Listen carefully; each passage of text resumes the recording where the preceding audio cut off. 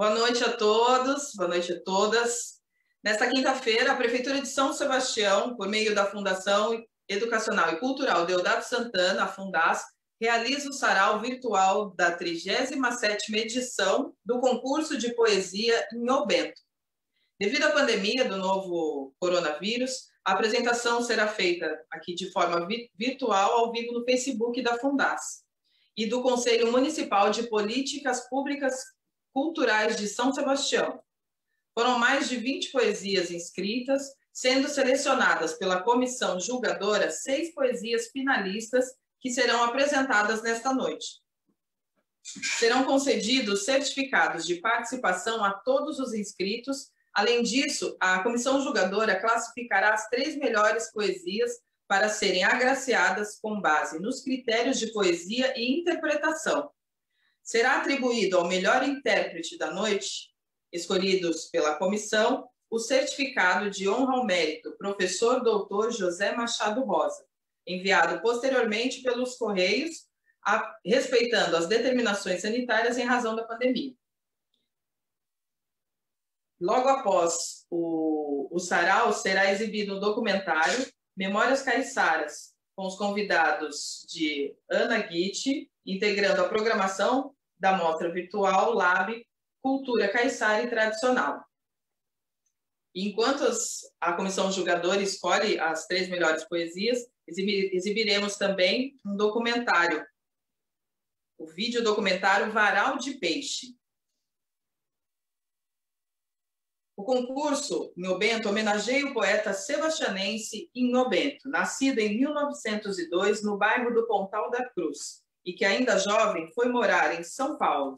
Seu livro, Rosário do Capiá, reunindo 58 poesias, foi um dos grandes trabalhos do autor, editado em 1946, com prefácio de Monteiro Lobato.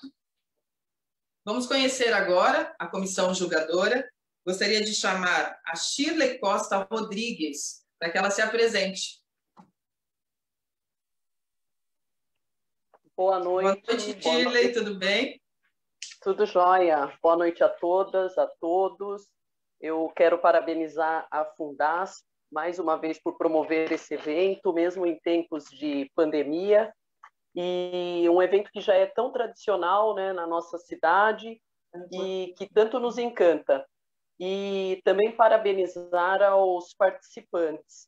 Bom, eu sou a Shirley, professora, produtora cultural, faço parte também do Conselho Municipal de Políticas Públicas e Culturais, ocupando a cadeira da comunidade negra. E desejo a todas e a todos uma excelente noite, com muita emoção e com muita poesia. Muito obrigada, Shirley. Gostaria de chamar agora Nilma Regina Barbosa.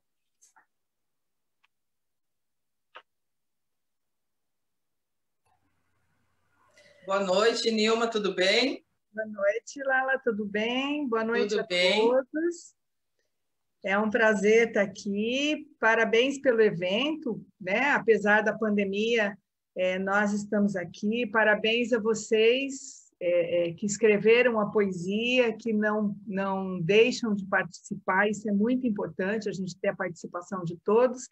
Que vocês inscrevam cada vez mais textos para a gente prestigiar esse evento tão importante e o poeta sebastianense Inho Bento. Tá? É um prazer estar aqui e que a noite seja muito agradável. Muito obrigada, Nilma. Queria chamar agora a Rosana Salvini. Olá, boa noite a todos.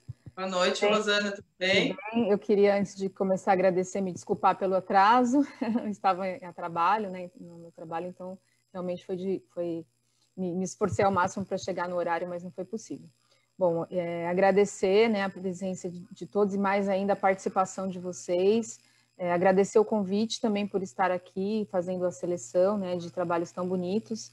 E eu sou professora de português, já trabalho com ensino há bastante tempo. Atualmente estou desempenhando as funções como diretora de ensino da Secretaria de Educação. E eu entendo que toda a produção de texto, né, ela é resultado de nossas experiências, né, daquilo que a gente construiu ao longo da vida. E produzir poesias é muito significativo, né? Então a gente consegue expressar por meio das palavras sentimentos, emoções, histórias, vivências. E fazendo a leitura das poesias que vocês produziram, foram essas histórias e vivências que me vieram, né? Foram transferidas para mim. Então, parabéns a todos os que se inscreveram e continuem, né, com esse objetivo e continuem mantendo vivo, né, esse projeto, esse concurso, que é muito bacana e eu faço muito gosto de fazer parte dele. Muito obrigada, Rosana. Vamos começar, então. Gostaria de chamar Dilma Pita dos Santos, pseudônimo Amante da Natureza, que vai apresentar a poesia Cheia de Encantos. Boa noite, Dilma, tudo bem? Boa noite, tudo bem? Nada? Tudo ok. Vou iniciar, tá ok? Sim, fica à vontade. Cheia de encantos. Um dia, vindo a São Paulo, viajando de Caraguá ao litoral de Santos, passei por um lugar cheio de muitos encantos. Fiquei tão deslumbrada com tanta beleza que eu via. E logo em meu coração, roguei a Deus para morar naquele belo lugar algum dia. Depois desta viagem, cheguei a Salvador, capital da Bahia, cidade onde eu morava e que jamais pensei que de lá sairia. Resolvi conhecer melhor a cidade que me fascinou quando por lá passei. Fui pesquisar sua história e na internet encontrei tantas coisas, descobri suas praias, suas tradições raras, suas belezas naturais e a cultura caiçara. São Sebastião é esta cidade em questão. Foi este lugar que despertou uma grande paixão em meu coração. Sem saber como explicar, 2 anos após por este lugar passar, Deus ouviu a minha prece e me trouxe para cá. Já se passaram 6 anos. Aqui estou a morar. E cada dia vou descobrindo a importância e a beleza deste lugar. Não tenho nenhum arrependimento de minha cidade natal deixar. Aventurei viver no lugar que pedi a Deus e que Ele me concebeu a oportunidade de aqui estar. Essa poesia foi baseada em uma realidade. Tudo que foi colocado nesses versos é parte de uma história da minha chegada a São Sebastião. Muito obrigada, Obrigada, Dilma, por dividir com a gente a sua história. Parabéns. Gostaria de chamar agora Luiz Alberto Conceição Farias, pseudônimo Anael, poesia Casas Sem Sala. Boa noite. Boa noite, tudo bem, Luiz? Vamos lá? Vamos lá? Acredito, né? Poesia Casas Sem Sala. Né? Vamos lá. Janelas afora, casas sem sala. Tempo que vai embora, tempo que não se tem. Perde-se o que vem, abraço vazio, boca se fecha, nada foi dito. Notificações se mantêm. O brilho da tela ofusca nos olhos, nem tira a concentração. Reação imediata dos dedos agora. Moça pequena se pega a pensar. Coração apertado em sua casa, não há o que falar. Quem diz é o celular, teclando ao andar, todos vêm e vão. O bom dia nem vem te olhar. Tem cozinha e mesa, todos passam com tanta ligeireza, somente para comer, com suas incertezas, sem tempo para conversar. Sala ao relento, âmago atento, televisão, ora mais conexão. Lembre-se da mensagem a enviar. Na casa, na sala, só para passear. O quarto é um refúgio, mas há o infortúnio do som a tocar. Teclando se vai até o sono chegar. Amanhece, café não aquece o silêncio dessa vastidão. Digo, se apresse, logo vai se atrasar. Todos correndo, opa, mas não esquece o celular. Mundo conectado, notificações sempre a chegar. Não há tempo para dialogar. Sem conexão humana, falha no download do toque, do beijo ou abraço. Erro nas conversas lado a lado, ao tentar dizer te amo, como está? Casa sem sala, refugiados prontos para teclar. Ok? Essa é a poesia, hein? Casa sem sala. Ela foi baseada nessa realidade que vivemos, né? Que foge tudo. Eu trabalho com parte com adolescentes também, então aí surgiu a inspiração através disso. Muito obrigada, Luiz. Parabéns, viu? Obrigado. Vamos chamar agora Miguel Arcanjo Honorato Júnior, pseudônimo Arcanjo. Poesia Amar. Boa noite, Miguel, tudo bem? Boa noite. Boa noite. Ótimo. Obrigada, tá? Seja bem-vindo, fica à vontade. Obrigada. Amar. Arcanjo. Sentados nas escadarias do convento no bairro São Francisco, contemplo. Amar. Amaria. Amareu. Amarás. Amarei. Essa poesia é por mais empatia. Apenas isso. Muito obrigada, Miguel. Obrigada. Parabéns. Vamos chamar Renato Franco de Oliveira, pseudônimo Renato Franco. Poesia Borboleta Azul. Boa noite, Renato, tudo bem? Boa noite, estou ótimo. Seja bem-vindo e fique à vontade. Obrigado. Vou começar. Nessa estrada voa uma borboleta. Nessa estrada em que toda a gente passa, cambaleia pelo ar o sonho azul dos que vão sem destino.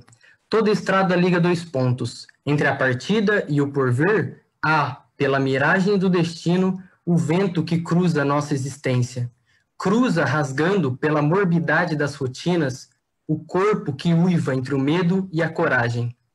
Este vento que cruza não é outro senão o que sustenta o voo torto das borboletas, que sem querer são cobiçadas, sem saber são belíssimas. Concomitante eu vi, quase que palpavelmente, uma verdade. Todo ser humano, irreparavelmente racional, carrega em essência a atrocidade da consciência. Todo ser humano necessita ver e ser visto. Sou triste porque reprimo isso e julgo porque suporto.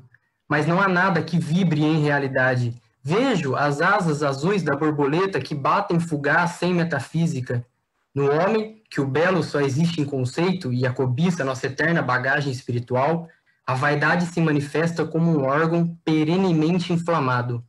Pois o gozo que há na simplicidade de viver nos passa rasteiro pelos olhos, como as borboletas que vemos nas estradas. Distante, a iminente tempestade se exibe. A vastidão de tão impiedosa nos arredia em espécie. Porquanto amor não exista na natureza ou sentimento qualquer, me refugio para as dores de pensar. lembrar do que já foi como que nunca será. Na fragilidade de uma borboleta azul, detém toda a indomabilidade de um rinoceronte. E eu, que tanto sinto a saudade bombear meu coração, não sou nada, senão parte também dessa paisagem. A estrada, o azul, a tempestade e o medo que não me atinge. Deixe que chova, este barulho não é fúria. Finalmente as lágrimas do universo encontraram um amor verdadeiro. O meu. O meu. É isso. Muito obrigada, Renato. Nada. Parabéns. Obrigado. Vamos chamar agora Wagner Pereira Gonçalves, pseudônimo Navegante. Poesia Descobrimento. Boa noite, Wagner, tudo bem? Olá, boa noite, obrigado. Bom, Seja bem-vindo. Obrigado. Vamos lá. Descobrimento. E quem descobriu essas terras? Era português ou espanhol? Chovia naquele dia ou fazia sol? Isso será difícil saber, mas uma coisa é certa. São Sebastião da Terra Firme foi o nome dado à nova terra descoberta. Diogo de Inhate, João de Abreu, Gonçalo Pedroso, os primeiros colonizadores que deixaram esse povo orgulhoso. E o santo escolhido representando o povo cristão é o glorioso santo São Sebastião. A cultura caiçara é mesmo distinta, mistura várias culturas, de brancos, negros e indígenas. Terra de fartura no passado sem egoísmo, vê na sua nova vocação a atividade do turismo. Com suas belezas naturais e culturais, São Sebastião se destaca sem outras iguais, com características de acalento, escrevia com suas palavras em O Bento. Essa poesia foi feita justamente pensando um pouco nas questões históricas, de uma forma em que a língua portuguesa pudesse ser utilizada como veículo para levar um pouco mais de história e cultura para o pessoal aqui da nossa cidade. Muito obrigada, Wagner. Parabéns. Obrigado. Vamos chamar a nossa última poesia. Yasmin de Lima Cândido, pseudônimo Sofia Nix. Poesia Ignorância, dádiva que não foi concedida pelos deuses. Olá, boa noite. Boa noite, Yasmin, tudo bem? Seja bem-vinda. Obrigada. Fique à vontade. Vamos lá. Ignorância, a dádiva que não foi concedida pelos deuses. Eu estou sempre à procura. A procura não faço ideia do que. Só sei que sinto, com todo o meu ímpeto, a vontade do novo, a vontade da vida, a vontade do ser. Estou sempre à procura, procurando saber. Porém, com tanto conhecimento, que venha junto o sofrimento, de conhecer a realidade daqueles que partem, daqueles que ficam e daqueles que nem chegaram a nascer. Sempre à procura do acender, da luz daquela chama que fundou a humanidade e que zangou a divindade. Por fim, criou tudo que se pode ver. À procura, sempre. Não sei saber, pois o saber machuca, educa, retruca, e com respostas assim não sei lidar, argumentar e muito menos conviver. É isso. Essa poesia foi criada num momento de introspecção e fala muito sobre nós jovens, que a gente está sempre procurando sabedoria, sempre tentando aprender mais. Mas eu vejo nessa coisa de querer saber e ao mesmo tempo não saber tudo. Muito bem, Yasmin. Muito obrigada, viu? Parabéns. Obrigada, boa noite. Boa noite. Agora, a comissão julgadora vai se reunir para escolher as poesias e o melhor intérprete. E nesse tempo, enquanto elas decidem, vamos assistir o vídeo documentário Varal de Peixe. O vídeo documentário traz como convidado o senhor Maneca e Isildo, 2 pescadores que dedicaram suas vidas ao mar.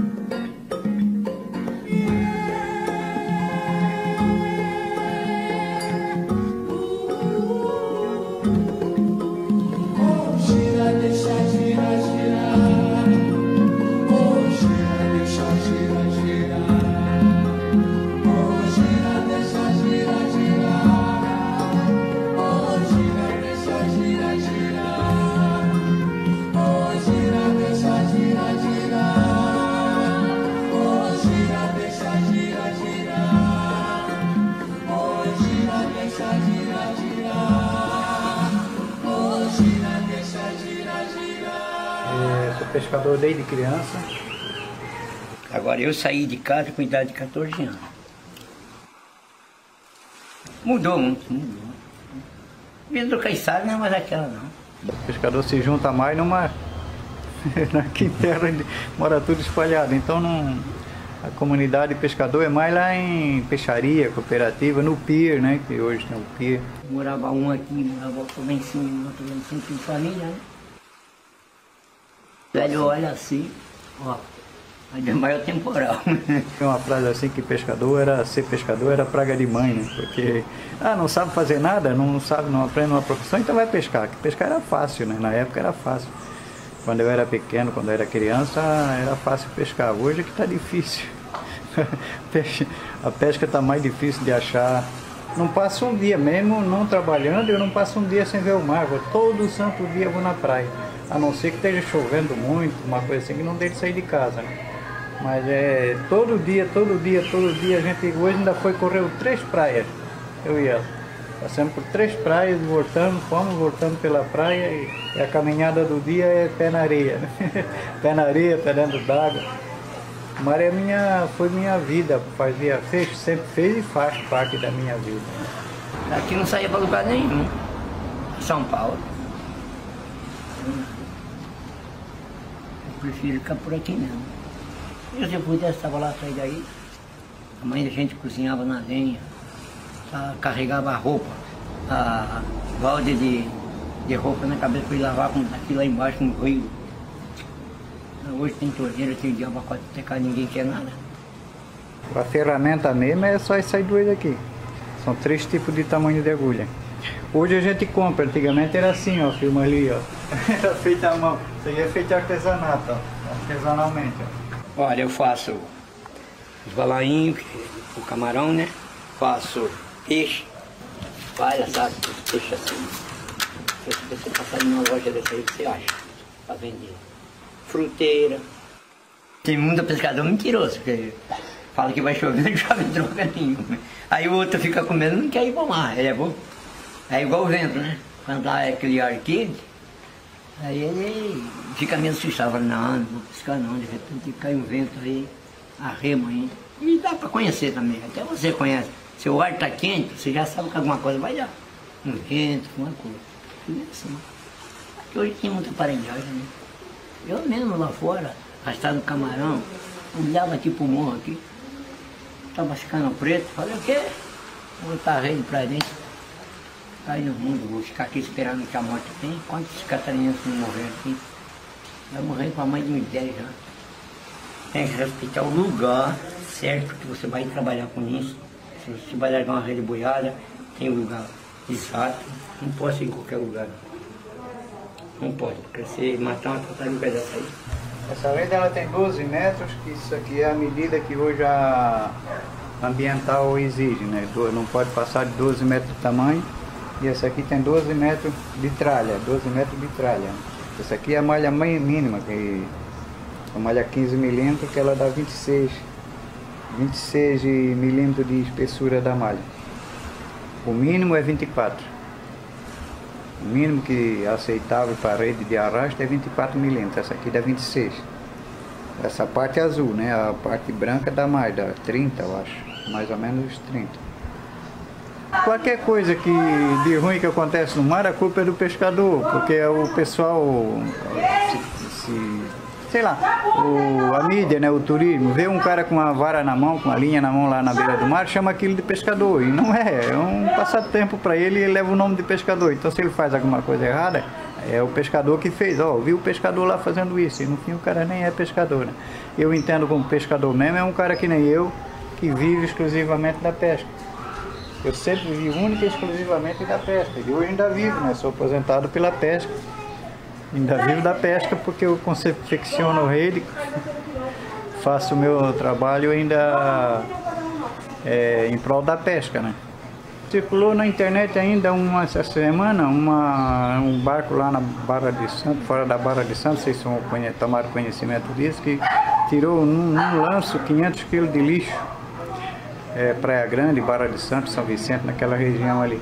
Porque tudo é plástico hoje, né? Falta conscientização. E o pescador leva a fama de que polui, né? O pescador praticamente não polui, porque o que a gente leva, o que leva para o mar, a gente traz.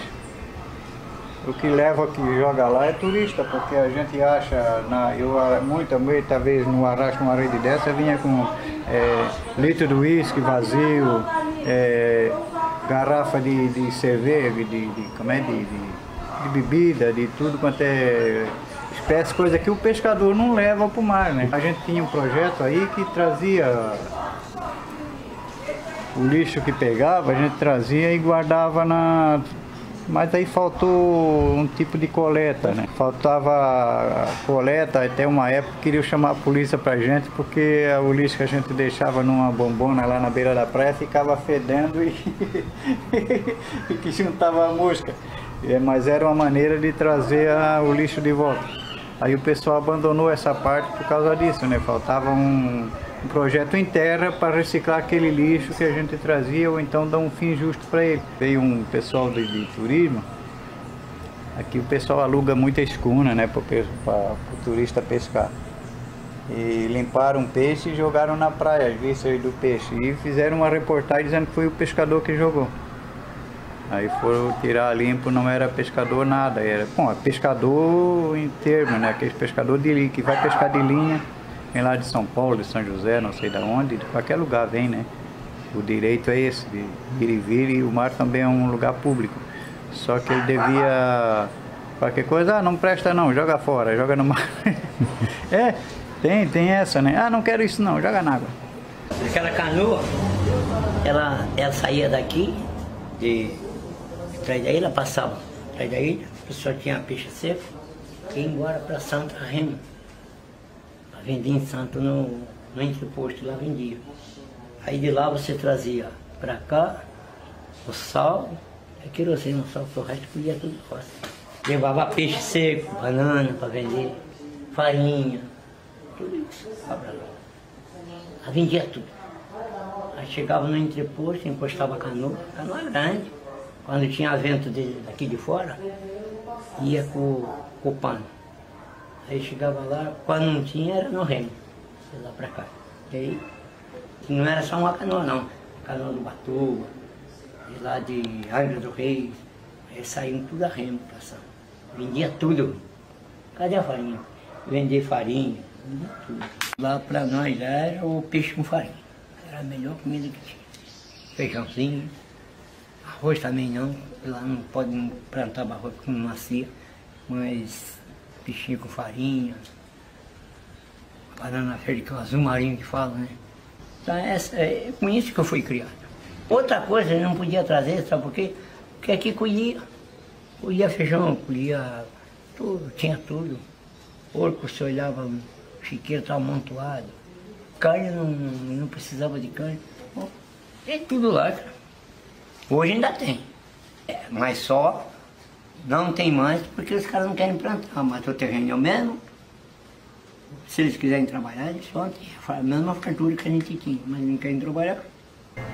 E é isso aí, hoje eu me sinto realizado, né? Criei os filhos todos, tenho 5 filhos, 15 netos, 4 bisnetos, tudo com essa vidinha minha humilde, honestamente pescando, apesar da discriminação, né? Hoje é já está mais comum o pescador.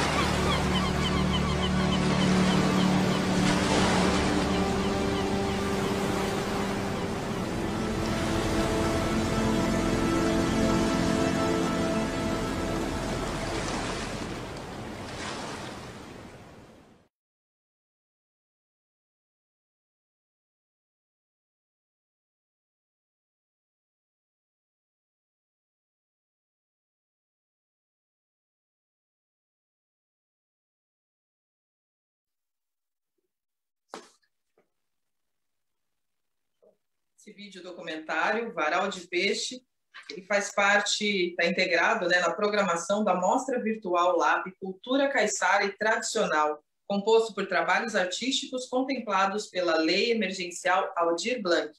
Esse vídeo será exibido novamente amanhã na programação da Lab Cultura Caiçara e Tradicional. Vamos agora ao resultado das escolhas das poesias e do intérprete. Na verdade, temos 2 intérpretes escolhidos pela comissão julgadora. Temos como melhor intérpretes Dilma Pita dos Santos, pseudônimo Amante da Natureza. Ela interpretou a poesia Cheia de Encantos. E o segundo melhor intérprete, Miguel Arcanjo Honorato Júnior, pseudônimo Arcanjo. Ele interpretou a poesia A Amar. Parabéns, Miguel Arcanjo, parabéns, Dilma. E vamos à escolha das as 3 poesias, as 3 melhores poesias. Renato Franco de Oliveira, pseudônimo Renato Franco, ele interpretou a poesia Borboleta Azul. Yasmin de Lima Cândido, pseudônimo Sofia Nix, interpretou a poesia Ignorância, dádiva que não foi concedida pelos deuses. E a terceira poesia, Cheia de Encantos, de Dilma Pita dos Santos, pseudônimo Amante da Natureza. Gostaria de chamar novamente o Renato Franco.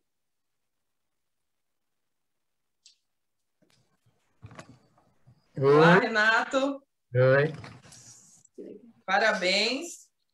Muito obrigado. Eu queria agradecer pela oportunidade da gente estar aqui defendendo a nossa poesia, né, em tempos tão caóticos.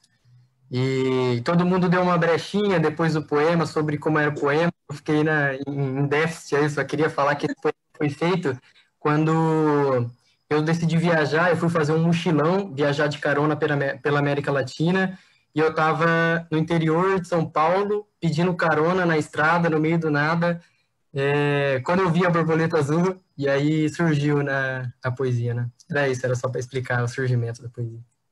Muito bem, parabéns, viu? Muito obrigado por ter participado do concurso em Obento. Eu que agradeço. Obrigada. Queria chamar Yasmin.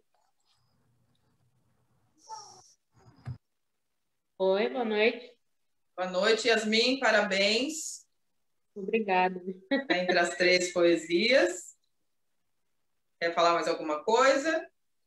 Eu queria agradecer, porque eu já estive aqui no Inhobento em 2018, só que eu apresentei uma outra poesia, e essas poesias que eu faço sempre são feitas em momentos decisivos da minha vida.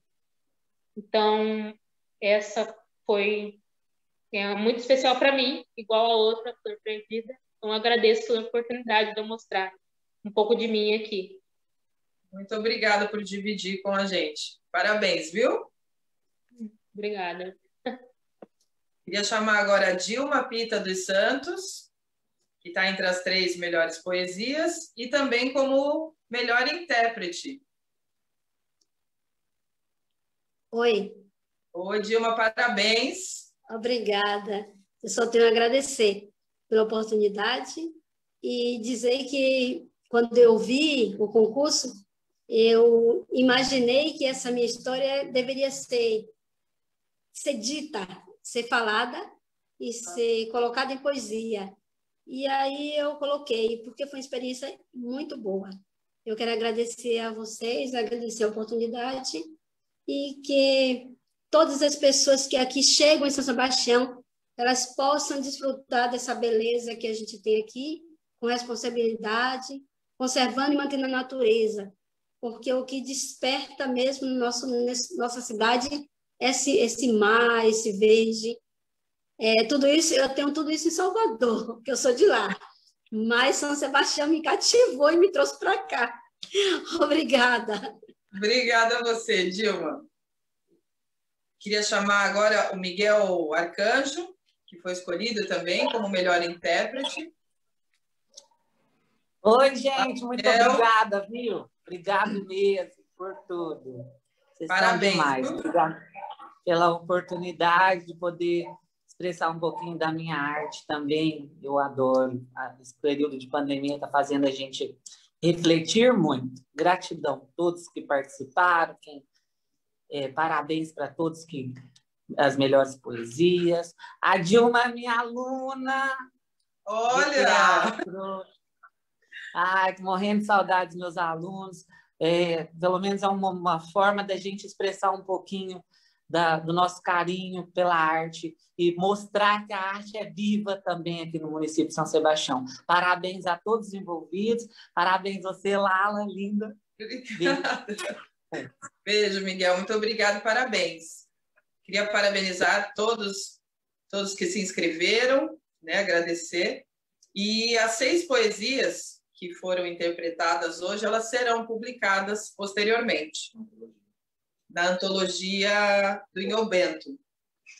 Muito obrigada. E vamos assistir agora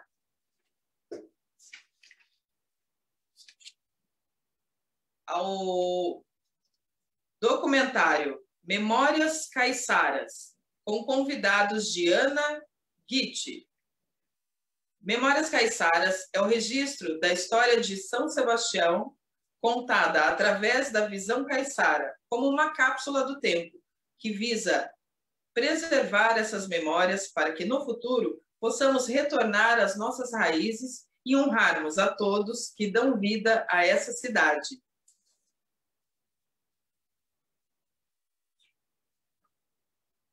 Esse documentário ele faz parte também da programação da São Sebastião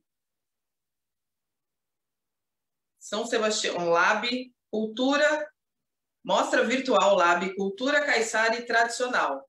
E a Prefeitura de São Sebastião, né, por meio da Fundas, em parceria com o Conselho Municipal de Políticas Culturais de São Sebastião e o Governo Federal, dão continuidade às apresentações das propostas artísticas, né, contempladas nos editais 7 de 2020 e 10 de 2020 da Lei Emergencial Aldir Blanc, produzidas por trabalhadores de cultura que tiveram suas atividades interrompidas devido à pandemia do Covid-19.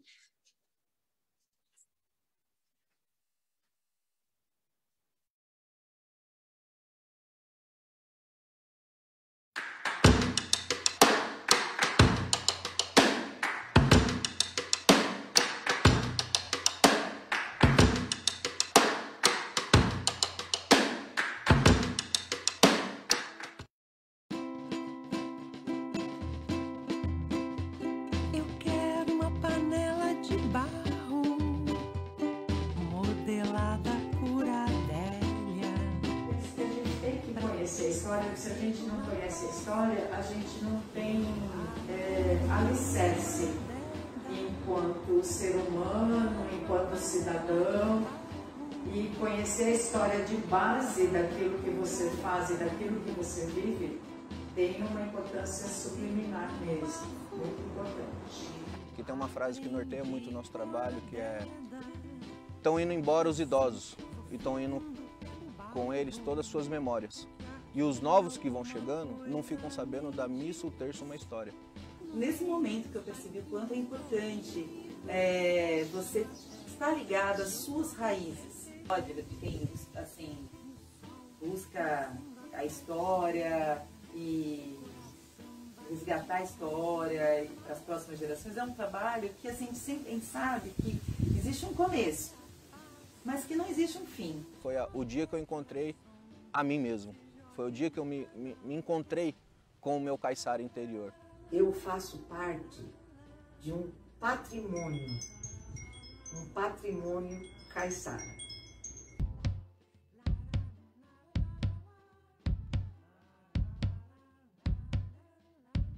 Meu nome é Maria Angélica, sou funcionária pública aposentada e sou jornalista. Sou natural daqui de São Sebastião. Por parte do meu pai, sou de família fundadora daqui de São Sebastião. Meu nome é Daniela Carvalho Wolt, tenho 46 anos Sou jornalista, escritora e autora do blog Encantes. Meu nome é Henrique Cardim, sou caiçara, sou daqui de São Sebastião, sou pertencente à família tradicional caiçara. Meu avô veio de Ubatuba com 17 anos, na época do auge do genocídio caiçara, e aqui ele encontrou minha avó e acabou casando com ela.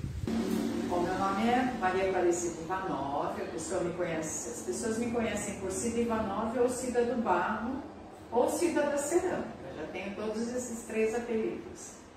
Eu sou de São Paulo, Vila Prudente. Sou ator, diretor de teatro, palhaço, malabarista, escritor dramaturgo, artesão, e eu me performer. E todas em 2000 eu fui preso, saí em 2000 mesmo. Em 2001 eu conheci o teatro. Então comecei a estudar teatro. Depois de um ano eu já estava dirigindo. Um ano após eu já estava dando aula e montando o grupo, que naquela época era o Grupo Artístico Faz Arte. Que agora em 2012 revertemos o nome ao Castelo das Artes e estamos até hoje com essa formatação de grupo, né? Que é uma CIA.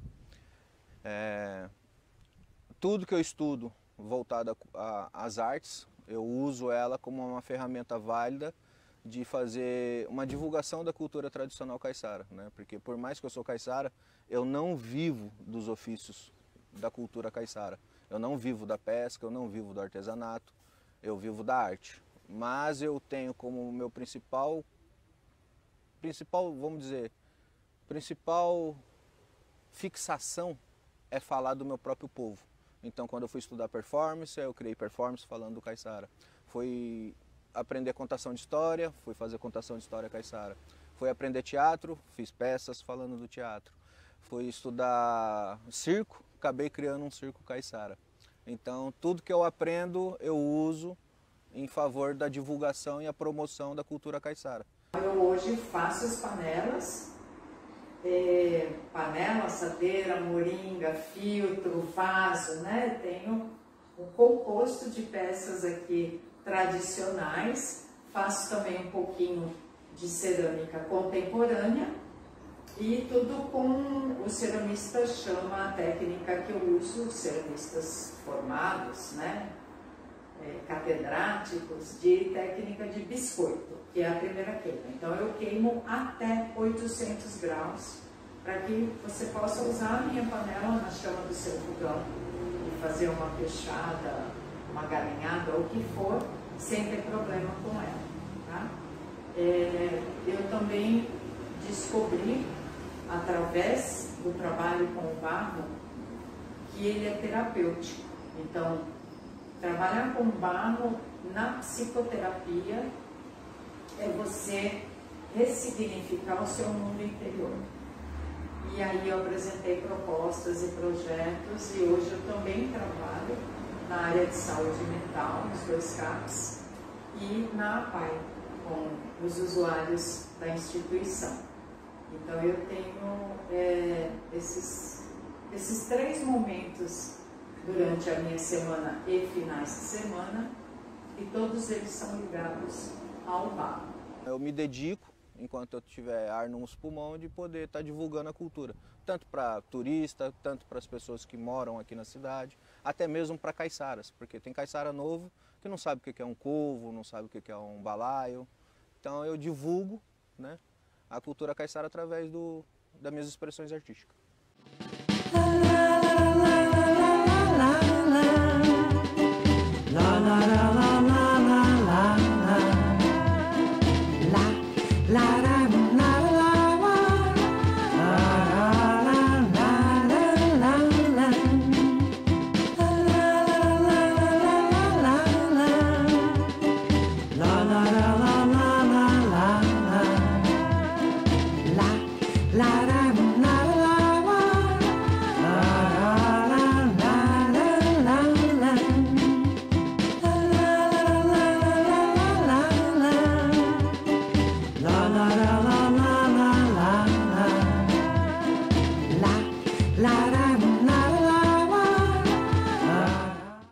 Vou elencar para você as coisas que eu vi começar e acabar em São Sebastião. Isso são coisas tão interessantes e eu percebo que eu nunca escrevi sobre isso e nunca vi um depoimento contando essas histórias do jeito que eu vou contar para você hoje.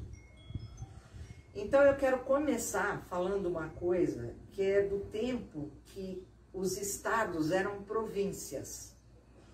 Existia a província do Rio de Janeiro e a província do estado de São Paulo. Foi levado, naquela época, por um deputado, o projeto para ser criado uma nova província, chamada Província Sapucaí. Ela começaria onde hoje é Boiçucanga e ia até Angra dos Reis. Toda essa região ia fazer parte dela.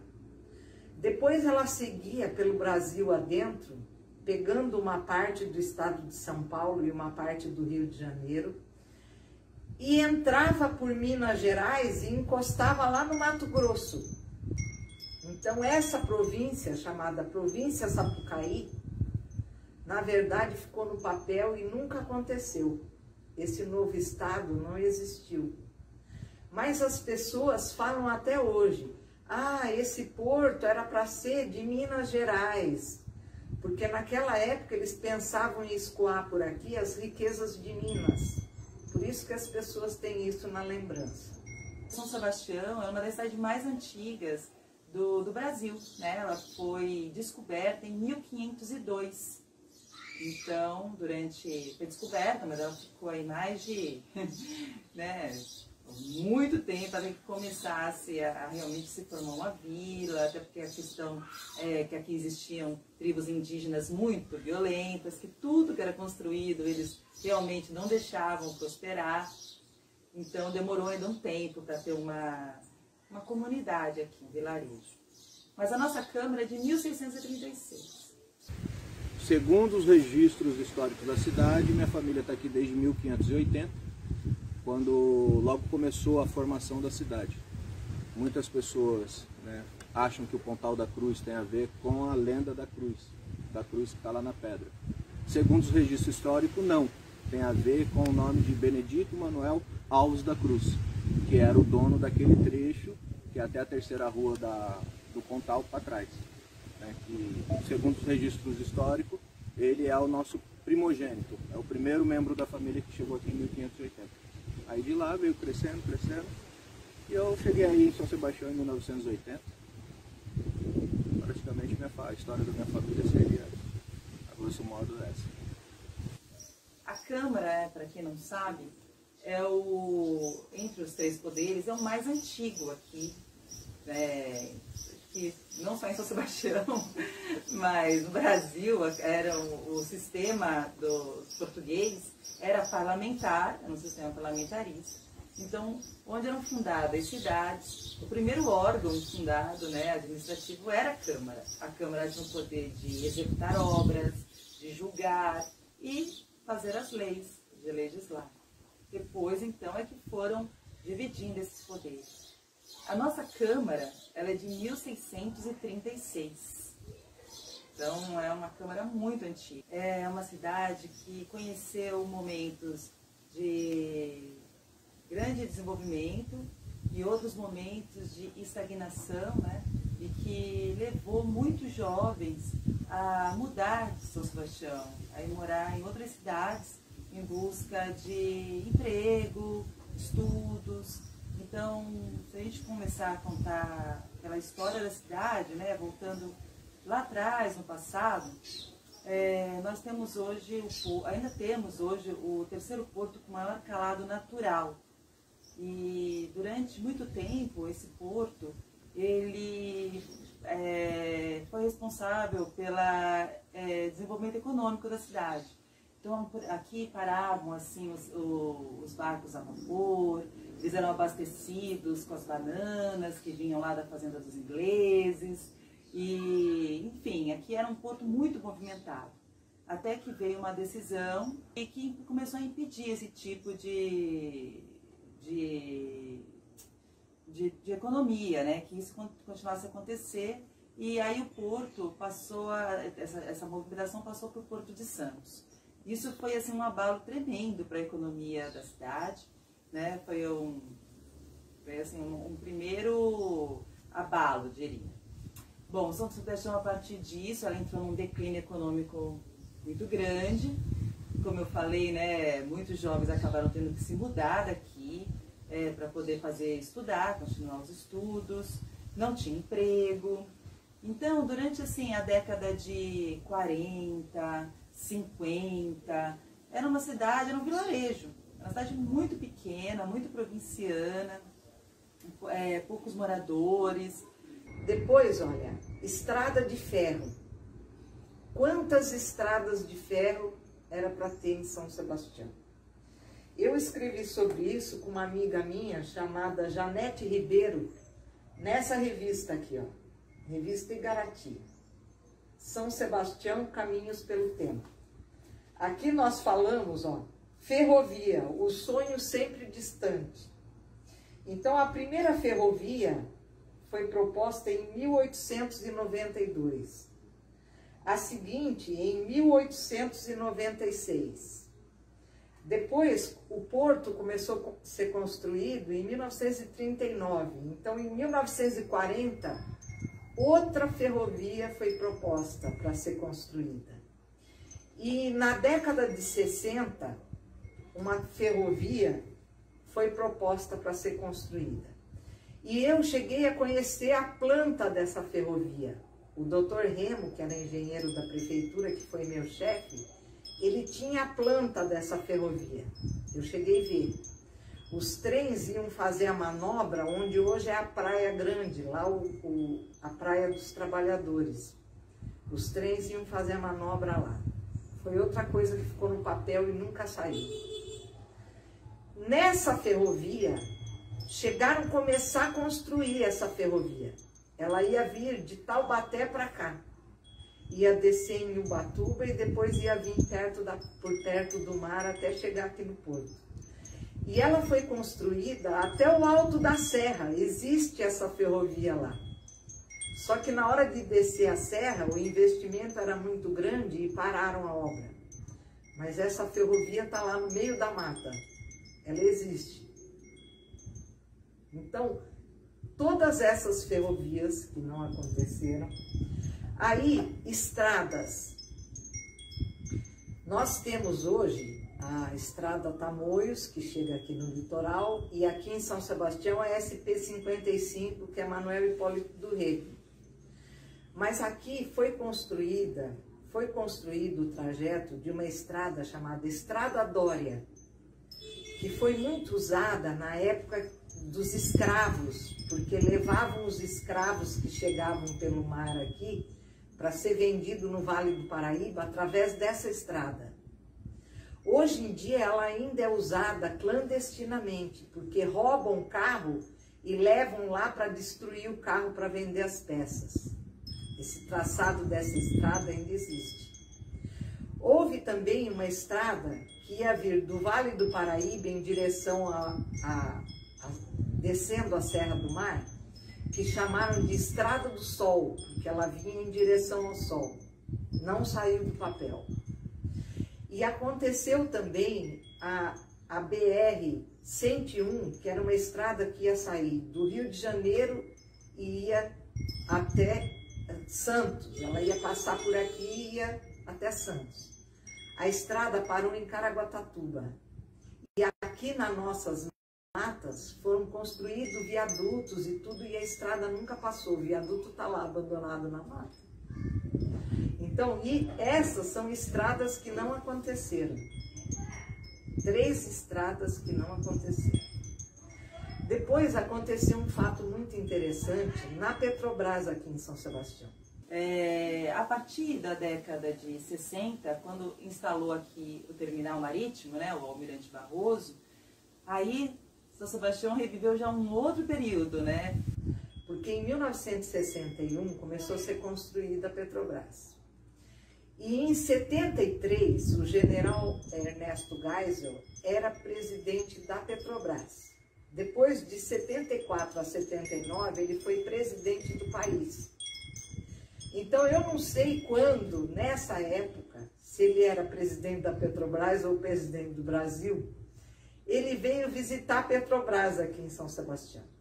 Ele veio de helicóptero e na hora que o helicóptero começou a descer para pousar aqui no heliponto, que existe até hoje na Petrobras, ele olhou na Nossa Senhora da Paz e falou: nossa, essas casas não podem ficar aqui. Nós temos que desapropriar essa área. Isso aqui tem que ficar dentro da Petrobras.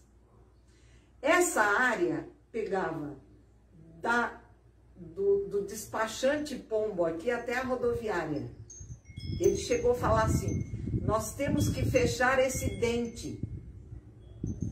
Nós não podemos deixar esse dente. Olha, o Geisel já morreu. O superintendente da Petrobras na época, o Estael Prata, também já morreu.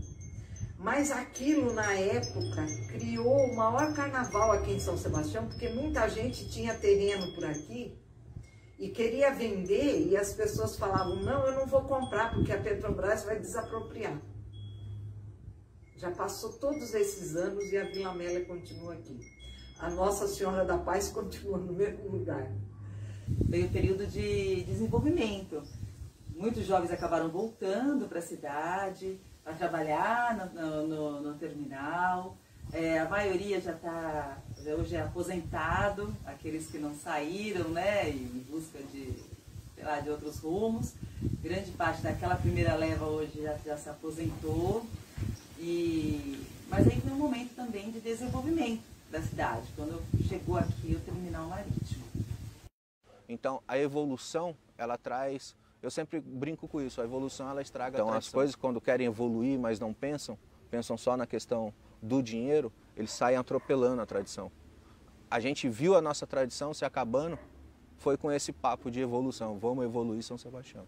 Em 1989, começo de 90, a Petrobras resolveu que ia construir aqui em São Sebastião 2 cavernas subterrâneas de gás. Elas seriam construídas aqui onde é a área da Petrobras, e tinha até um morrinho ali que foi desaterrado, foi feito o aterro na Rua da Praia, foi preparada a área para ser construída essa caverna subterrânea.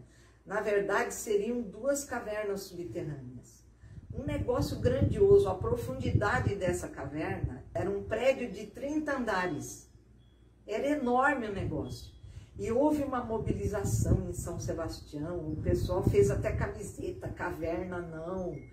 Houve uma mobilização em São Sebastião e você sabe que no Banco do Brasil colocaram um painel luminoso assim, mostrando como que seria essa caverna. Para as pessoas conhecerem como que era o projeto. Então foi uma coisa que ficou falando durante muito tempo, depois de uma hora para outra acabou. Não se falou mais nisso. Existem folder, folheto, reportagem de jornal sobre isso e acabou encerrando e nunca aconteceu. Ainda a Petrobras, coisa de uns 6 anos atrás, eu acho, ou um pouco mais, fez um projeto também de aumentar 2 braços no pier de atracação da Petrobras. Nós temos aqui 4 braços de atracação. 4 navios podem ficar descarregando petróleo. Mas eles já tinham feito um estudo na época, que todos nós sabemos, que fica 4 navios descarregando e fica 10 navios esperando para descarregar. Então precisaria ser construído 2 braços novos para poder dar vazão para esse petróleo, porque o nosso terminal abastece as 4 principais refinarias do país.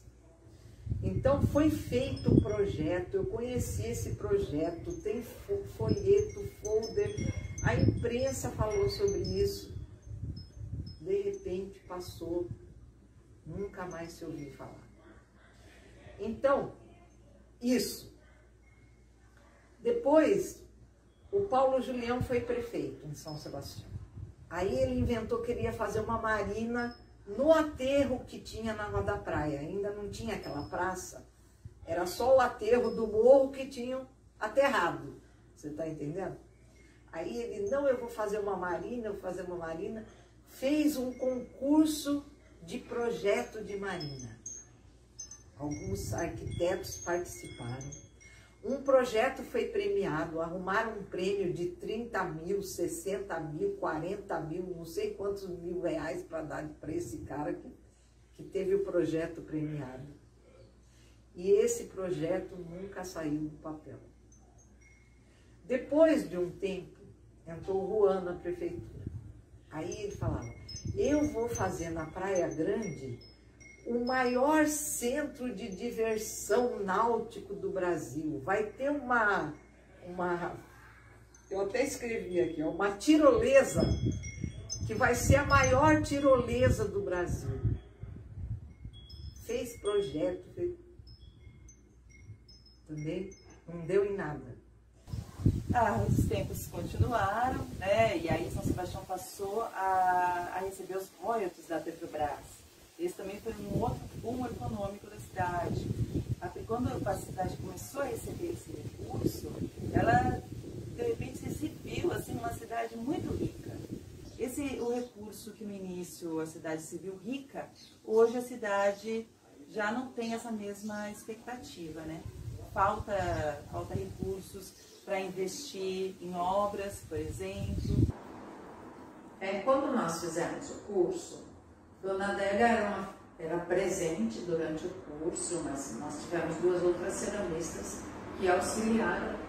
E ela já brigava, ela já era muito chateada, ela já era entristecida, porque não tinha mais barro em São Sebastião, tá? Isso há 21 anos atrás.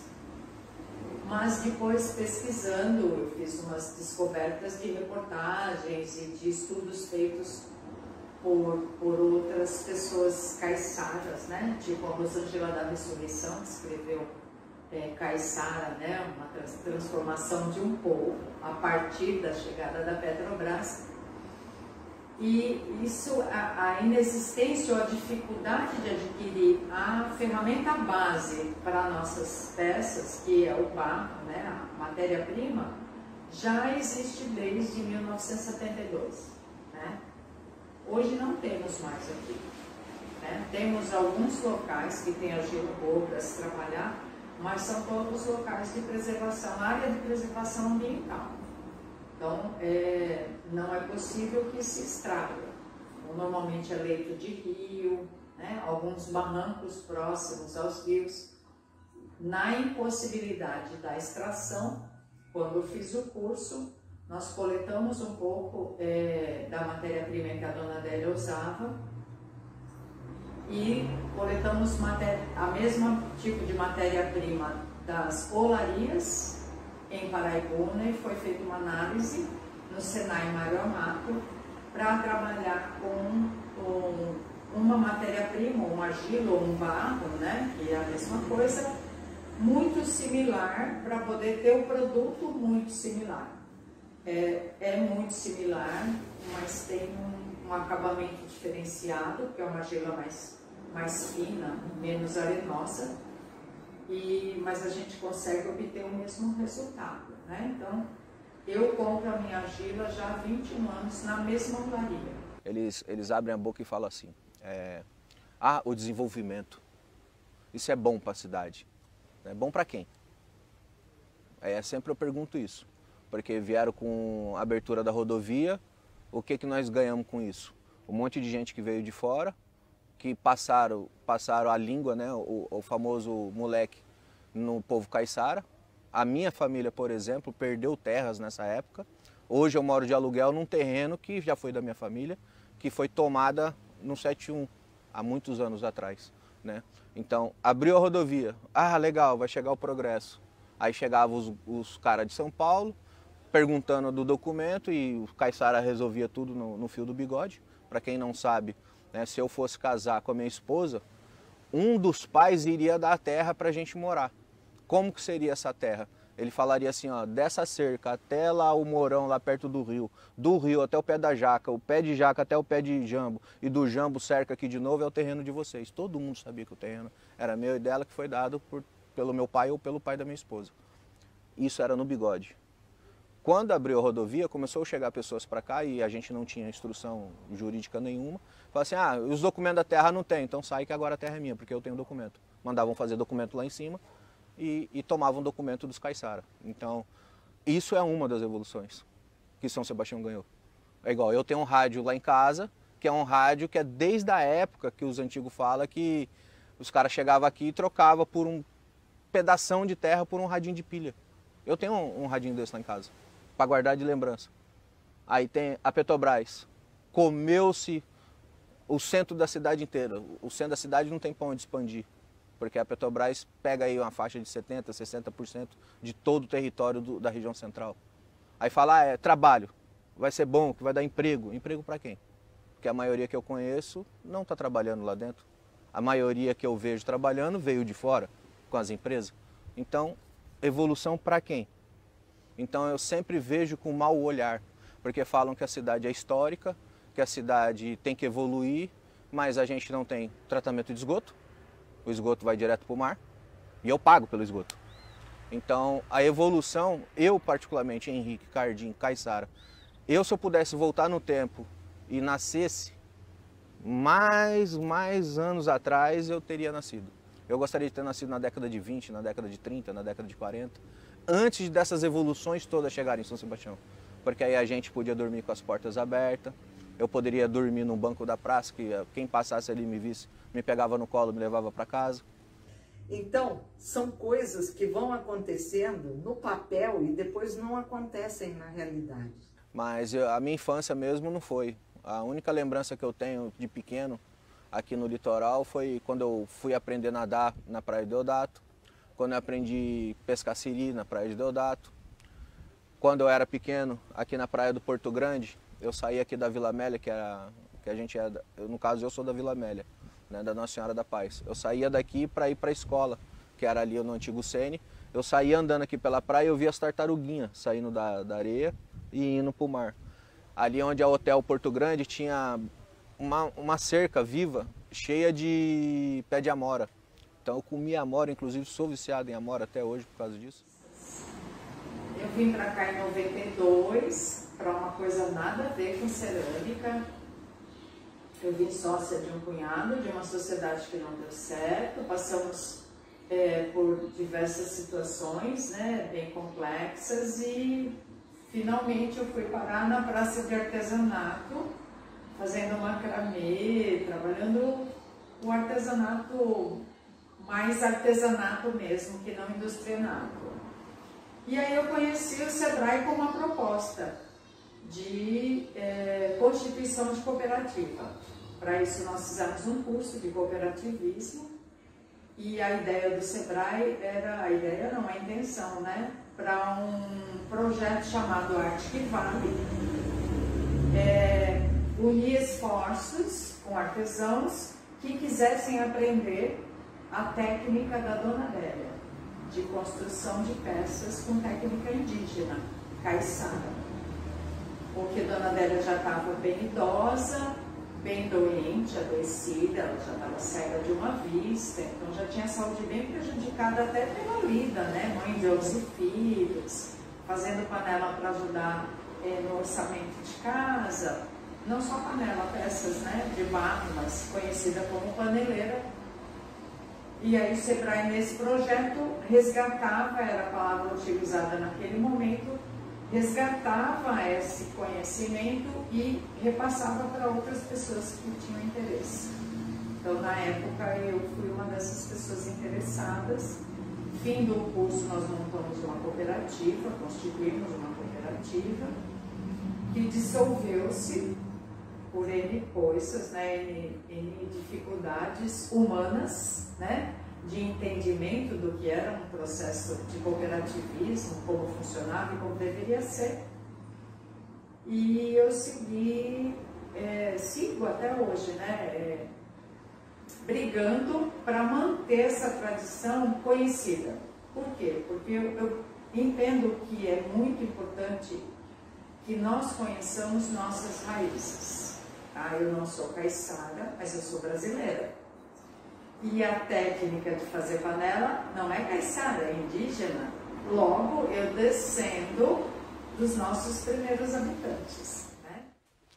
Eu nasci em 81, quando foi em 89, minha mãe conheceu um cara chamado Walter. Ele era empreiteiro de obras e ele era de Macaé, região dos Lagos do Rio de Janeiro, né? E ela casou com ele e a gente foi embora para lá. Então eu morei 10 anos lá. Então eu fui para lá com 7 anos de idade, 7, 8 anos de idade, e voltei com 17. Então eu vivi fora da cidade, eu vivi fora do berço da minha própria cultura. Aí isso que eu acho engraçado, meu sobrenome é Cardim. E todas as escolas que eu estudei no Rio de Janeiro, eu nunca encontrei nenhuma pessoa com sobrenome de Cardim. Então eu meio que rejeitava até mesmo o meu nome. Eu não gostava do nome Cardim. Até então meu primeiro pseudônimo foi Henrique César. Aí tinha uma secretária de cultura aqui na época, que ela era Cardim, ela que ficou enchendo o meu saco, falando, não, você tem que ser Cardim, você tem que ser Cardim. Aí acabou ficando Cardim, né? Eu nasci em São Sebastião, em 1974, ainda vivíamos um período da ditadura militar. Eu passei a minha infância no bairro do Pontal da Cruz. Era um bairro que ainda estava em construção. Eu lembro que ele ainda não tinha asfalto, né? E nós brincávamos muito na rua, era chão de terra.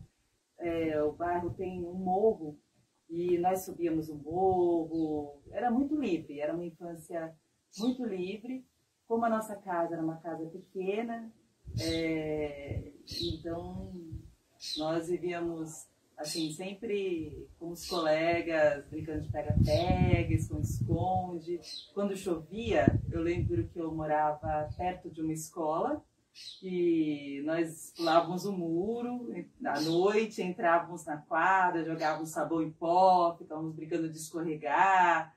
Então era uma infância assim, bem simples, mas feliz. Aos finais de semana, e sempre que dava, a gente estava na praia do Pontal. Tem uma lenda muito bonita essa praia, né? Que é a lenda do amor. Então, eu acho que isso também, de certa forma, acredito que tenha me influenciado também a pessoa que eu sou. Eu sou uma pessoa que gosta muito de histórias de amor, sou uma pessoa romântica, e crescer nesse lugar, eu acho que também, de certa forma, né, imprimiu alguma coisa em mim. E nós brincávamos muito nessa praia, eu e meus colegas, passávamos assim, ficávamos de manhã até a tarde, e era uma praia muito limpa na época. Pra me der, nós pegávamos assim, ostras da pedra, quebrávamos, lavávamos a ostra ali, uma coisa muito caiçara, né? E hoje é uma coisa que realmente não dá nem para imaginar, né? Porque a praia hoje, infelizmente, ela não é tão limpa quanto era naquele tempo, né?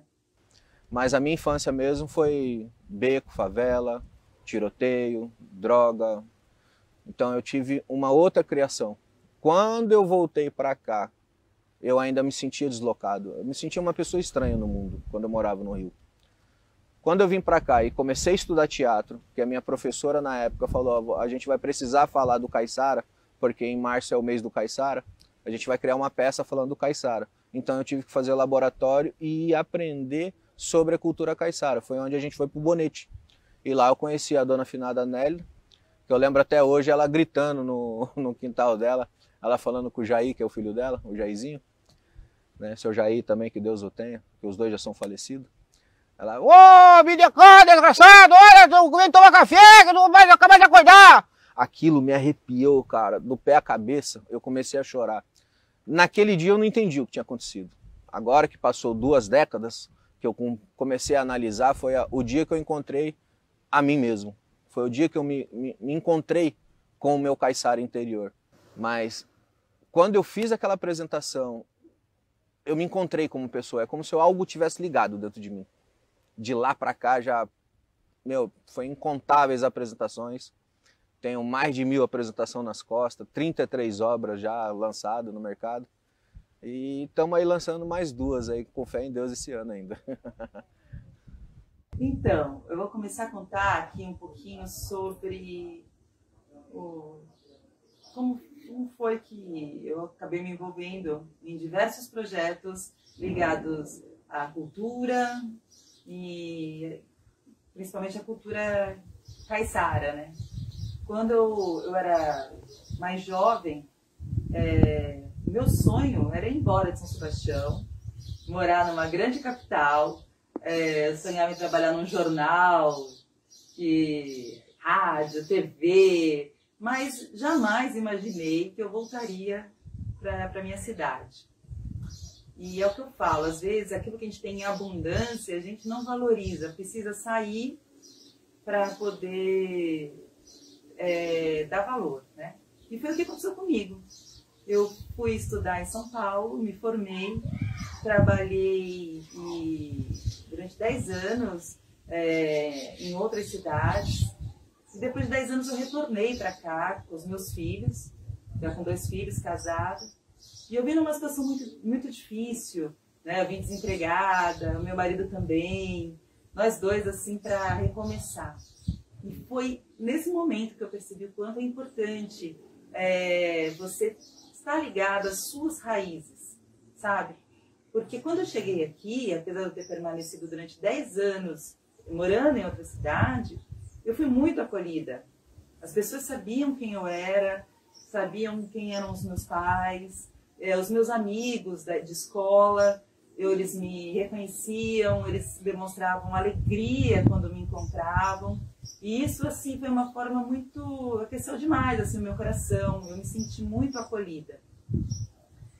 E aí minha vida continuei como eu sou profissionalmente. Eu consegui um emprego no jornal Imprensa Livre, que infelizmente não existe mais, mas era o principal jornal da cidade, fazia um trabalho incrível. E depois fui trabalhar na assessoria de imprensa da prefeitura, fiz um concurso público e hoje eu sou jornalista da Câmara Municipal. Quando eu passei a trabalhar na Câmara, a minha vida deu uma estabilizada. Eu trouxe um objeto que é meu chapéu, né? Esse chapéu aqui ele é de folha de bananeira. O trançado dele chama trança de bico. Vai acabar a minha vida e mais umas 2, 3 gerações minhas esse chapéu vai ficar intacto. Eu escolhi ele porque ele representa a resistência. Por isso que eu trouxe ele. E ele é um dos adereços que eu uso para a interpretação do meu personagem, que é o Bidico, que é um pescador caiçara, que quando eu coloco ele na cabeça parece que tudo se acalma, né? Não existe mais problema, eu fico feliz, porque isso aqui é chapéu caiçara. Antes eu usava aquele chapéu de palha que era vendido nas lojas, né? E na verdade aquilo é chapéu caipira, não tem nada a ver com... Por mais caipira e caiçara a cultura é bem próxima, né? Tem coisas que são muito, muito próximas uma à outra, só que o nosso chapéu ele tem uma característica própria, e é esse aqui. Então quando fala de caiçara eu lembro do chapéu, eu lembro da resistência que ele tem, da dificuldade que é, porque manter a cultura tradicional é muito difícil. É muito difícil. E fazer um chapéu desse é muito difícil. Então... A minha vida deu uma estabilizada financeira e eu pude me dedicar, então, à parte que realmente eu mais gosto, que é essa parte cultural, o resgate da cultura do nosso povo. E aí eu comecei um blog, meu blog chama Encantes.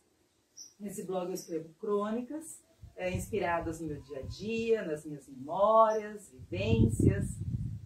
E o blog acabou surgindo um livro, que foi lançado em 2017. E hoje eu continuo escrevendo e estou tentando aí, lançar um novo livro, quem sabe um romance. É um futuro. Paralelo a isso, na Câmara, eu comecei a fazer um trabalho de contar a história dos ex-presidentes, porque eu percebi que nós não tínhamos lá esse acervo. Quem foram os homens e que passaram pela Câmara. E meu pai e meus tios tinham um hábito que hoje em dia as pessoas já não têm mais. Eles reuniam os amigos durante o fim de semana e iam passear nas praias de São Sebastião, nas praias de Ilhabela, nas praias de Caraguá, nas praias de Ubatuba. Eram grupos grandes, porque meu pai tinha um caminhão e ele enchia esse caminhão, a carroceria do caminhão, com um monte de amigos, e a gente ia passear em alguns lugares, como a Fazenda Engenho d'Água, em Ilhabela. E tinha também um passeio que nós fizemos durante muito tempo, que era assim, meu pai falava, nós vamos fazer um piquenique no fim da estrada, porque a partir de 1961 estava sendo construída a estrada, e durante a semana eles trabalhavam, e então no fim de semana, cada hora a estrada estava num lugar, e a gente ia lá, fazer um piquenique no lugar onde estava parada a estrada. Com isso, eu fui acostumada a visitar as pessoas e as famílias do litoral norte. Foi um hábito que eu tive desde a infância. Quando eu fui trabalhar como jornalista, isso me ajudou muito, porque cada vez que eu ia fazer reportagem em algum lugar, eu já sabia na casa de quem que eu podia me socorrer, para saber melhor o que tinha acontecido, para entender melhor o que estava acontecendo. E isso me serviu durante muito tempo. Com o passar do tempo, eu percebi que as pessoas começaram a viajar para longe. Aquele tipo de passeio acabou porque as pessoas começaram a viajar para longe, viajar para outra cidade, viajar para outro país. E esse hábito se perdeu. E eu me surpreendo às vezes, porque eu falo para alguma amiga minha, vamos na Ilhabela? Aí ela me fala, Maria, faz 1 ano que eu não vou na Ilhabela. E eu falo, meu Deus, como é que a pessoa passa 1 ano sem passear por aqui, né? E aí eu comecei a pesquisar quem foram esses homens que estiveram à frente do Poder Legislativo. Eu comecei de trás, lá de trás para frente. O primeiro homem, ele tem a foto na galeria dos ex-presidentes, chama Manuel Amâncio de Oliveira. E ele foi presidente da Câmara, ele foi um intendente que correspondia ao cargo de prefeito na época também. E ele foi antes da República, antes de terminar a escravidão no Brasil, da Lei Áurea. E aí eu fui descobrindo, né, através das atas antigas que eu encontrei na Câmara, eu fui tentando fazer um paralelo entre a história dele, né, que eu também pesquisei em diversos livros, de genealogia. Eu tenho um livro de genealogia que conta a história das 70 primeiras famílias de São Sebastião.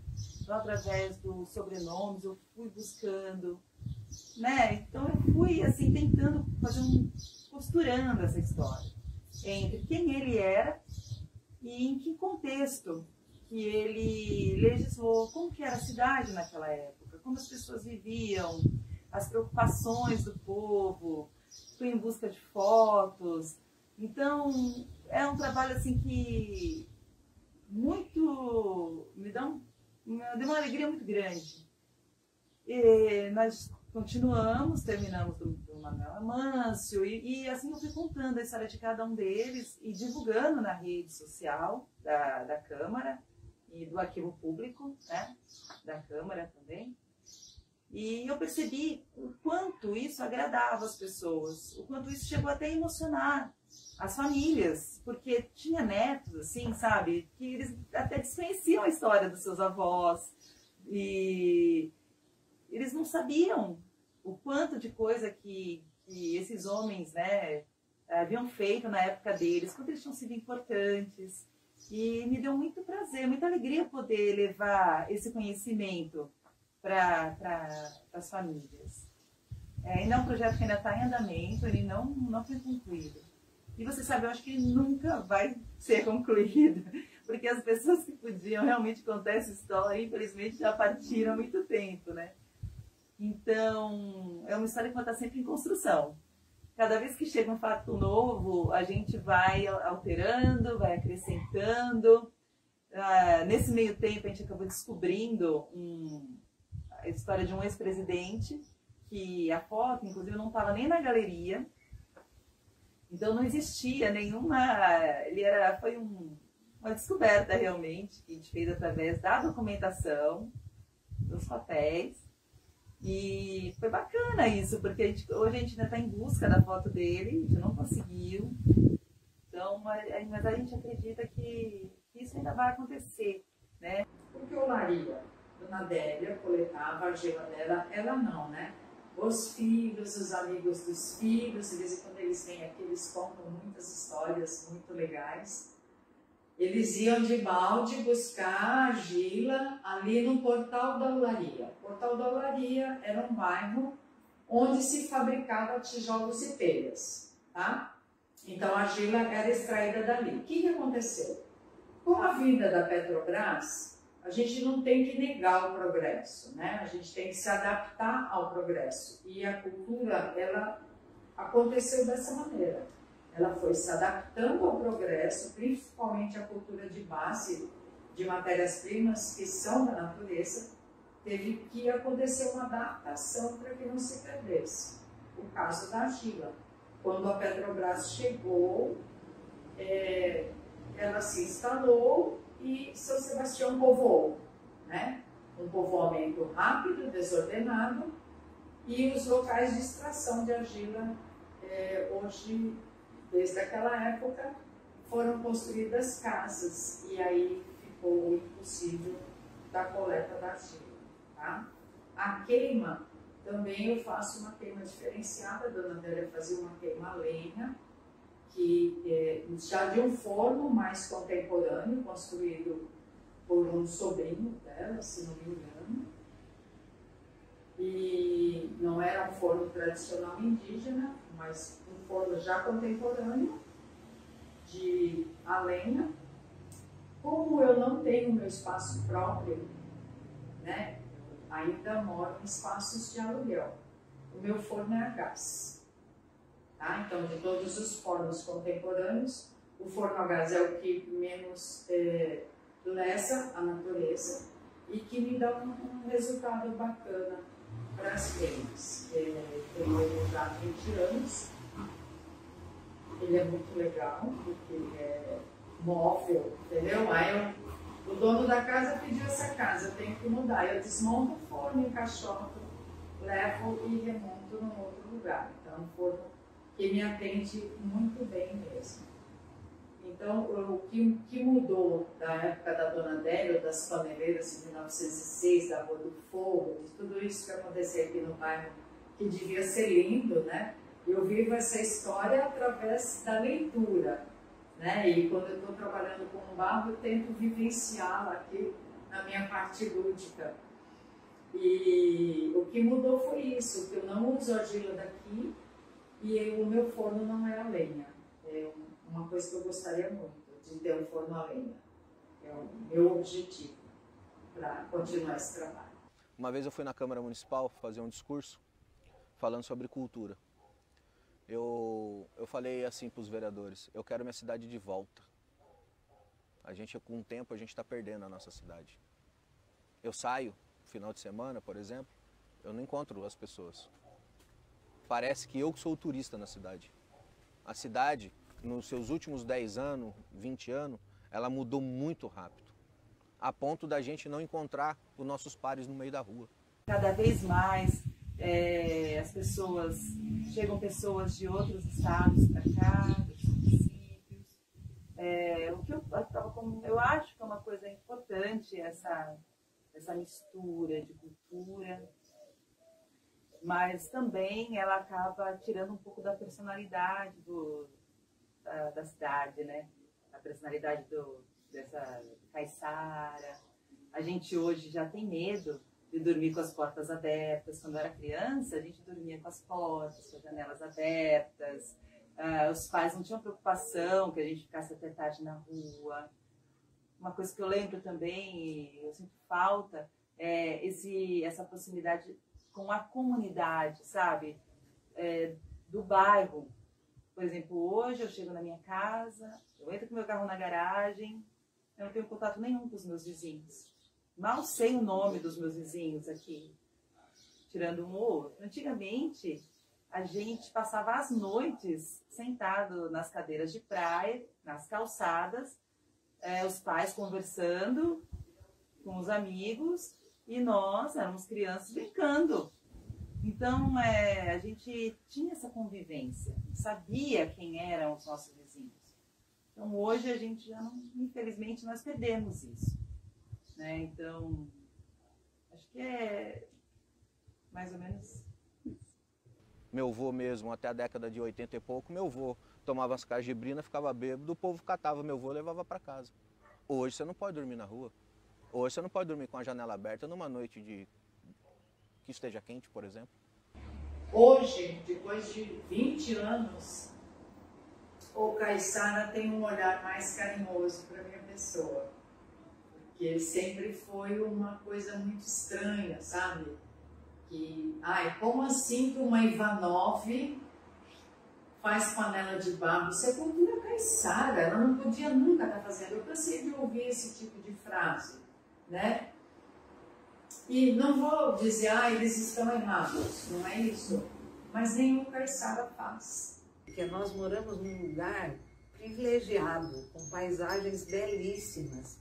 E as pessoas ficam em casa e não vão passear. Vem o mundo inteiro passear aqui e as pessoas que são daqui não passeiam.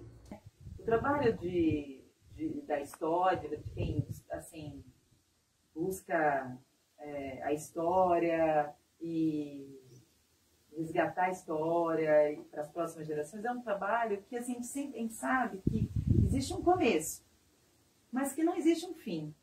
E quando eu não estiver mais fazendo isso, eu gostaria que outras pessoas dessem continuidade. Então, existe uma preocupação hoje da minha parte em pensar de uma forma que esse material coletado, que já é bastante interessante, que ele possa ser preservado para o futuro. Porque eu quero que todo mundo conheça essa história, sabe? Eu não quero que seja uma história só para mim, ou só para quem está lá na Câmara. Não, eu quero que assim, depois, daqui a muitos anos, daqui a 100 anos, entendeu? Alguém possa ir até lá e encontrar isso, e tudo seja preservado como está hoje. Eu gostaria que algum prefeito que entrasse tombasse como patrimônio histórico tudo que a gente tem do Caiçara. Tem rancho? Viraria patrimônio histórico. Uma lei de reconhecimento dos mestres dos saberes. Eu gostaria que a cidade não se transformasse em uma Caraguá, por exemplo, verticalizada, porque a parte mais bonita da nossa cidade é esse frescor do litoral que a gente tem. E hoje a gente vê na cidade uma briga incansável já no longo de 10 anos com grupos políticos querendo, né, verticalizar o município. Né? Eu sempre fui contra, até mesmo porque é o que eu falei, a cidade não tem nem saneamento básico. Vamos crescer para cima? Como? Então eu gostaria que a cidade, que eu nunca vou ter o poder para isso e não vou ver isso acontecendo, mas se dependesse da minha vontade, a cidade voltaria a ser a mesma cidade de 1960, 1970, 1950, 40, 30. Quanto mais antigo a gente for, mais me agrada a conversa. Então eu gostaria que a cidade ela não seguisse evoluindo para frente. Pelo contrário, diminuísse a quantidade de casa, não deixasse o pessoal construir na beira do morro, sabe? Voltar ao que a gente era. Então, por que a gente vai perder, né, essa cultura, essa tradição, só porque eu sou uma Ivanov? Porque eu sou uma Ivanov, mas eu sou brasileira, eu nasci aqui no Brasil, né? E isso é indígena. Então, eu sou grata à vida, porque eu tive a oportunidade e a possibilidade de conhecer essa cultura e estar trabalhando com ela até hoje, mantendo ela viva. É importante. Vou explicar para você, eu sou uma pessoa daqui de São Sebastião. O Caiçara, que é daqui do nosso litoral, ele é a miscigenação do europeu, do negro, com o índio. E os índios trouxeram para a nossa formação a importância do território, do espaço que se vive. Então o Caiçara foi o primeiro ambientalista. Eu posso falar isso sem medo de errar, sabe por quê? Meu pai e meu avô construíam. E eles respeitavam o plano diretor antes do plano diretor existir. Eles não construíam na beira da praia, na beira de rio, na beira de... de montanha. Não, eles respeitavam. Então eu acho que cabe a nós, que somos caiçaras, eu e a minha geração, guardar para os nossos filhos e para os nossos netos isso que é o nosso maior patrimônio, que é o lugar que a gente mora. Porque essa região com serra e mar é uma coisa maravilhosa. O pessoal vem do mundo inteiro conhecer esse lugar, passear nesse lugar. Esse é o nosso maior patrimônio, entendeu? E eu quero que isso seja a mensagem principal que eu tenho para guardar para você. Não o que eu penso do que vai acontecer, mas o que eu tenho certeza que a gente tem que fazer. Preservar essa nossa região para as outras gerações. Eu sigo no bairro tradicional das paneleiras. Isso eu fiz questão de não mudar. As pessoas sempre falam para mim, se você tivesse ateliê no centro, que é mais comercial, na Rua da Praia, não seria mais legal? Não. Não, porque eu estaria tirando o que é cultural do seu local de cultura e levando para um local que não teria nada a ver. Então eu mantenho aqui, porque é daqui. A panela de barro é do bairro de São Francisco. Bom, é isso. Então, eu vou ler para você uma poesia que foi publicada neste livro que foi feito pela Prefeitura de Ilhabela. Eles fizeram um concurso de lendas, que eu até fui jurada, e fizeram esse concurso de poesia mesmo com a pandemia. E depois eles editaram este livro. Eu nem conheço essa pessoa. Ela se chama Aniele de Oliveira Santos Silva. Foi segundo lugar a poesia dela. E ela fala o seguinte aqui.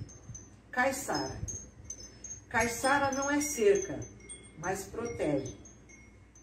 Puro, miscigenado, nascido, criado. Isolado? Não.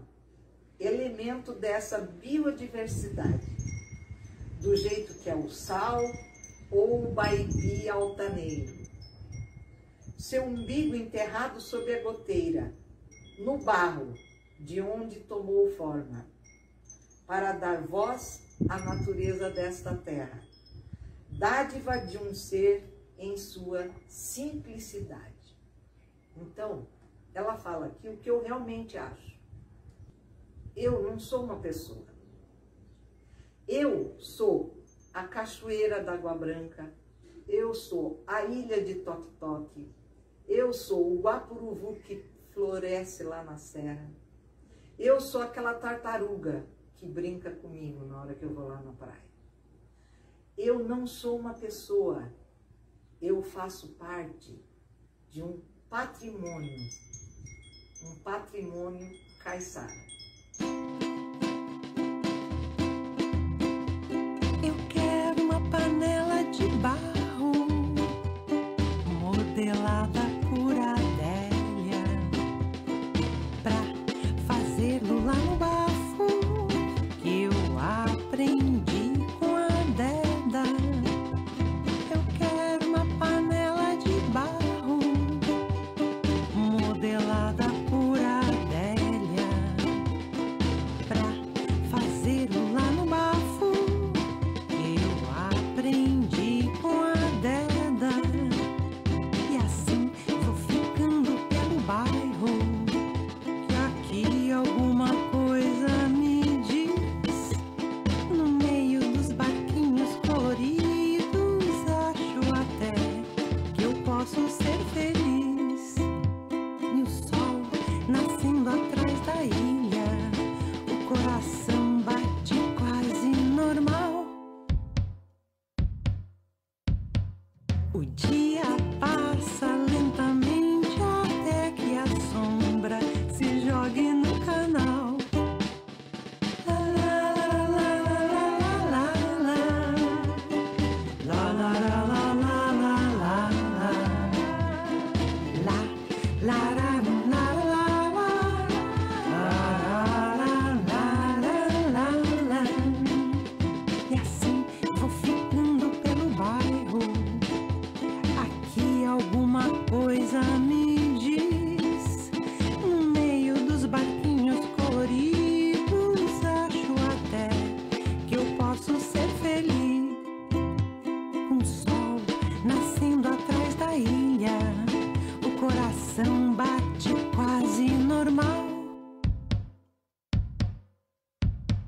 o dia passa.